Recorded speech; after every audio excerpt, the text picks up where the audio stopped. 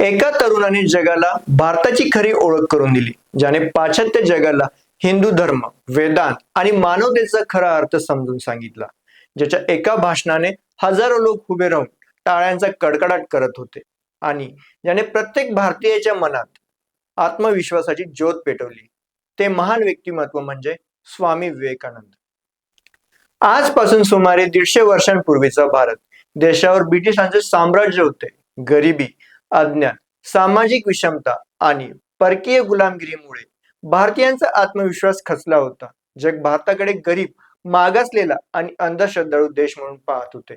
अशा निराशेच्या एक काळात एक तेजस्वी तरुण उभा राहिला. त्याने केवळ भारतालाच नव्हे तर संपूर्ण जगाला भारतीय संस्कृतीचे सामर्थ्य दाखवून दिले. जय महाराष्ट्र मित्रांनो, मी भावेश. आपण ऐकत आहात अज्ञात प्रवास. 12 जानेवारी 1863 रोजी कोलकाता येथे एका सुशिक्षित आणि सुसंस्कृत कुटुंबात एका बालकाचा जन्म झाला. त्याचे नाव ठेवण्यात आले नरेंद्रनाथ दत्त. पुढे हाच मुलगा जगभर स्वामी विवेकानंद म्हणून ओळखले जाऊ लागले. त्यांचे वडील विश्वनाथ दत्त हे प्रसिद्ध वकील होते. त्यांचा स्वभाव आधुनिक, तर्कशुद्ध आणि उदारमतवादी होता. तर आई भुवनेश्वरी देवी या अत्यंत धार्मिक, संस्कारी आणि भक्तिमय स्वभावाच्या होत्या. रामायण, महाभारत आणि भारतीय संस्कृतीच्या कथा त्या लहान नरेंद्रला सांगत असत. या दोन्ही गोष्टींचा, प्रवाहांचा, तर्क आणि अध्यात्माचा गंभीर परिणाम नरेंद्रच्या व्यक्तिमत्वावर झाला होता. बालपणापासूनच नरेंद्र अत्यंत चपळ, धाडसी आणि जिज्ञासू होते. त्यांना खेळ, व्यायाम, पोहणे, घोडेस्वारी आणि संगीताची आवड होती. त्याचबरोबर अभ्यासात ते अत्यंत बुद्धिमान होते. त्यांची स्मरणशक्ती इतकी विलक्षण होती की एकदा वाचलेली गोष्टी त्यांना सहज लक्षात राहत असे.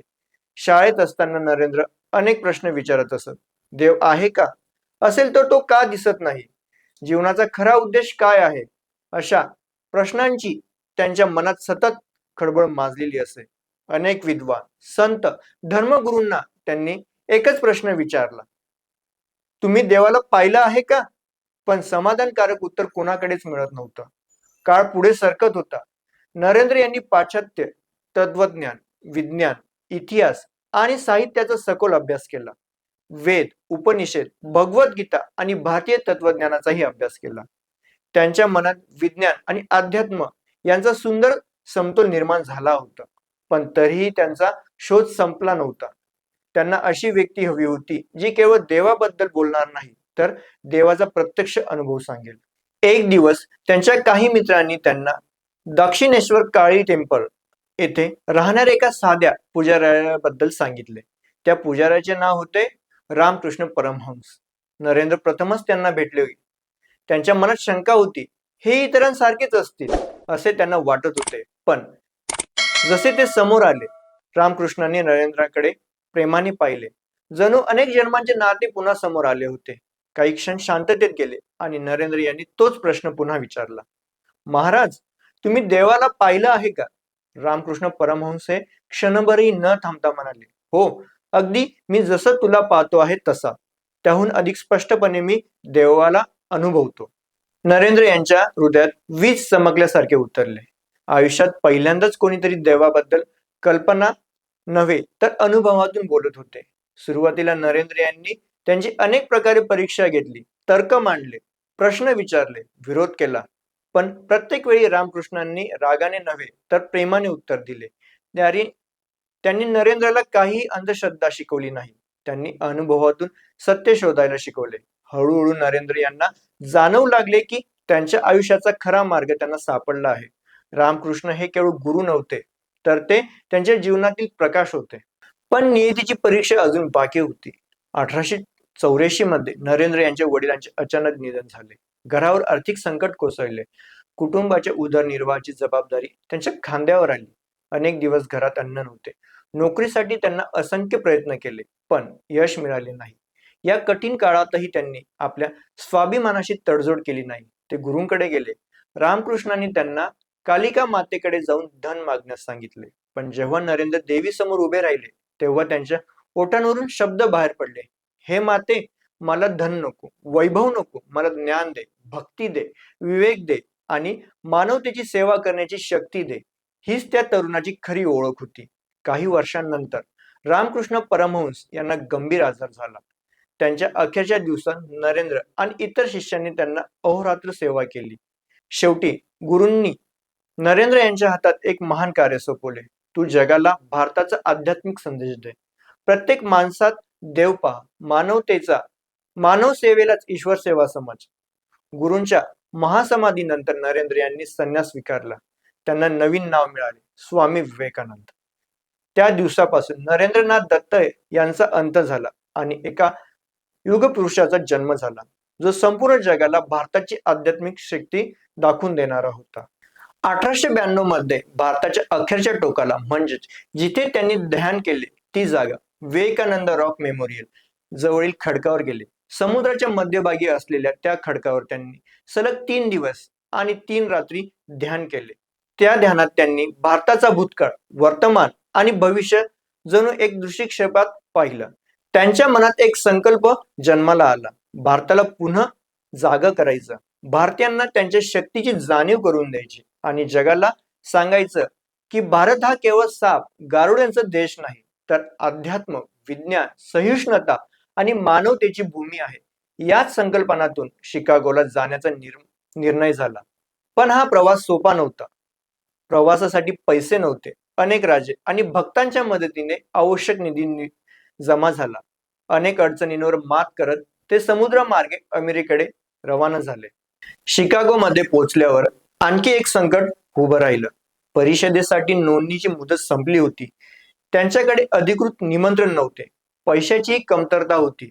काही दिवस त्यांनी अत्यंत कठीण परिस्थितीत काढले, पण नियतीने त्यांच्यासाठी वेगळंच काही ठरवलं होतं. काही दयाळू व्यक्तींनी त्यांना मदत केली. अखेर त्यांना जगातील सर्व धर्म परिषदेत बोलण्याची संधी मिळाली. 11 सप्टेंबर 1893 सभागृहात जगभरातील धर्मगुरू, विद्वान, तत्वज्ञ आणि हजारो श्रोते उपस्थित होते. भगव्या वस्त्रांतील एक भारतीय संन्यासी व्यासपीठावर उभा राहिला. क्षणभर सभागृहात शांतता पसरली आणि मग त्यांनी आपल्या भाषणाची सुरुवात केली. Sisters and brothers of America हे शब्द ऐकताच संपूर्ण सभागृह अक्षरशः भारावून गेले. सुमारे 7,000 श्रोते उभे राहिले. टाळ्यांचा कडकडाट थांबायलाच तयार नव्हता. तो कडकडाट काही क्षणांचा नव्हता. तो भारताच्या हजारो वर्षांच्या संस्कृतीला दिलेला सन्मान होता. तो एका संन्याशाच्या व्यक्तिमत्वाला मिळालेला मान होता. आणि सर्वात महत्वाचं म्हणजे तो गुलाम भारताच्या आत्मविश्वासाचा पहिला जागतिक विजय होता. त्या भाषणात स्वामी विवेकानंदांनी कोणत्याही धर्माचा अपमान केला नाही. त्यांनी सांगितलं, सर्व धर्म सत्याकडे जाणारे वेगवेगळे मार्ग आहेत. मानवतेपेक्षा मोठा धर्म नाही. सहिष्णुता आणि स्वीकार हीच भारताची खरी ओळख आहे. त्या एका भाषणाने संपूर्ण जगाचा भारताकडे पाहण्याचा दृष्टिकोन बदलून गेला. अमेरिकेतील वर्तमानपत्रांनी त्यांना महान तत्वज्ञ, विलक्षण वक्ते आणि पूर्वेचं तेजस्वी संन्यासी म्हणून गौरवलं. आजही शिकागोतील त्या काही मिनिटांच्या भाषणाची आठवण जगभरातील लोक आदराने काढतात. पुढे स्वामी विवेकानंदांचा प्रवास इथे थांबला नव्हता.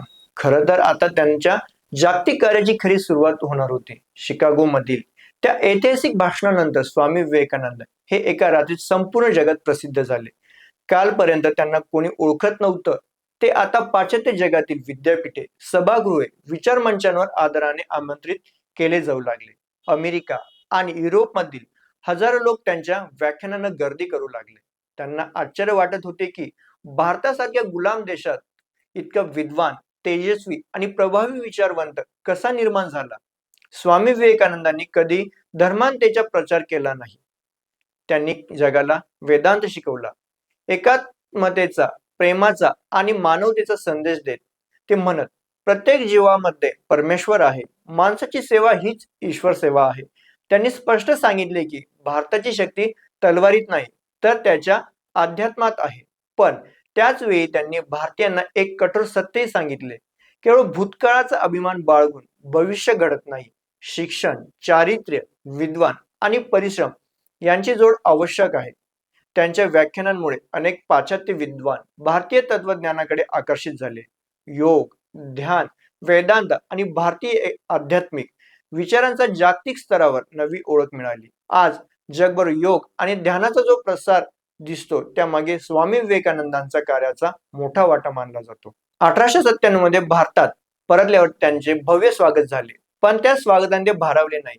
त्यांना सतत एकच प्रश्न सतावत होता, माझा भारत अजूनही गरीब का आहे? माझ्या देशातील युवकांना स्वतःची शक्तीची जाणीव कधी होणार? याच विचारातून त्यांनी रामकृष्ण मिशन ची स्थापना केली. याच संस्थेचे ध्येय स्पष्ट होते. धर्म म्हणजे केवळ पूजा नाही, धर्म केवळ समाज सेवा नाही, गरिबांना अन्न, विद्यार्थ्यांना शिक्षण, रुग्णांना उपचार, अपघातग्रस्तांना मदत आणि प्रत्येक माणसामध्ये ईश्वराचे दर्शन हीच खरी साधना. स्वामी विवेकानंदांनी भारतीय युवकांना दिलेला संदेश आजही तितकाच जिवंत आहे. उठा, जागे व्हा आणि ध्येय प्राप्ती होईपर्यंत थांबू नका. ही केवळ गोष्ट प्रेरणादायी ओळ नाही, ती संपूर्ण आयुष्य बदलून टाकणारी जीवनीती आहे. स्वामी विवेकानंद यांच्या मते तुम्ही स्वतःला कमकुवत समजता, हीच तुमची सर्वात मोठी चूक आहे. प्रत्येक मनुष्यामध्ये अमर्याद शक्ती दडलेली आहे. त्या शक्तीवर विश्वास ठेवा. त्यांच्या मते देश उभा राहणार असेल तर त्यासाठी शक्तिशाली, चारित्र्यवान आणि निस्वार्थी युवकांची गरज आहे. पण अवघ्या 39व्या वर्षाच्या आयुष्यात इतके महान कार्य करणाऱ्या या युगपुरुषाचा प्रवास आता शेवटाकडे येत होता. शरीर थकत होते, पण भारतासाठी धडपडणारे त्यांचे हृदय शेवटच्या श्वासापर्यंत जगत होते. भारतासाठी धडपडणारे त्यांचे हृदय शेवटच्या श्वासापर्यंत जागे होते. 4 जुलै 1902 बेलूर मठ येथे रात्री सुमारे 9च्या सुमारास ध्यान अवस्थेत या महान युगपुरुषांनी आपल्या देह नश्वर त्याग केला. वय होते अवघे 39 वर्ष. पण त्या काही वर्षात त्यांनी जे काही कार्य केले ते अनेक जन्मातही पुढे करणे कठीण आहे. त्यांनी भारताला स्वतःची ओळख करून दिली, भारतीयांना स्वतःवर विश्वास ठेवायला शिकवले, जगाला सांगितले की भारताची खरी ताकद त्याच्या अध्यात्मात, सहिष्णुतेत, ज्ञानात आणि मानवतेत आहे. आजही त्यांचे विचार प्रत्येक भारतीयाच्या रक्तात प्रेरणा निर्माण करतात. मानवाची सर्वात मोठी शक्ती बाहेर नसते, तर ती त्याच्या आत असते. ज्याने स्वतःला जिंकले त्याने संपूर्ण जग जिंकले. मित्रांनो, आज आपण या मुक्त भारतात अभिमानाने जगतो. त्या भारताचा आत्मविश्वास जागवणाऱ्या महान व्यक्तींमध्ये स्वामी विवेकानंदांचे स्थान अढळ आहे. ते राजा नव्हते, ते सेनापती नव्हते, त्यांच्या हातात तलवार नव्हती, पण त्यांच्या शब्दात अशी ज्वाला होती की त्यांनी लाखो तरुणांच्या मनात राष्ट्रप्रेम, आत्मविश्वास, सेवाभाव बिंबवला. काही व्यक्ती इतिहास घडवतात, काही इतिहास लिहितात, पण स्वामी विवेकानंदांसारखे युग पुरुष इतिहासाला नवी दिशा देतात.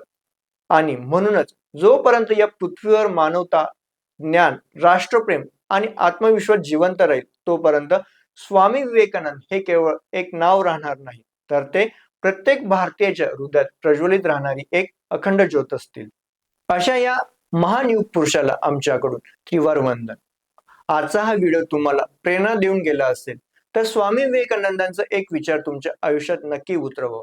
कारण इतिहास वाचून माणूस ज्ञानी होतो, पण इतिहासातून प्रेरणा घेऊन तो महान होतो.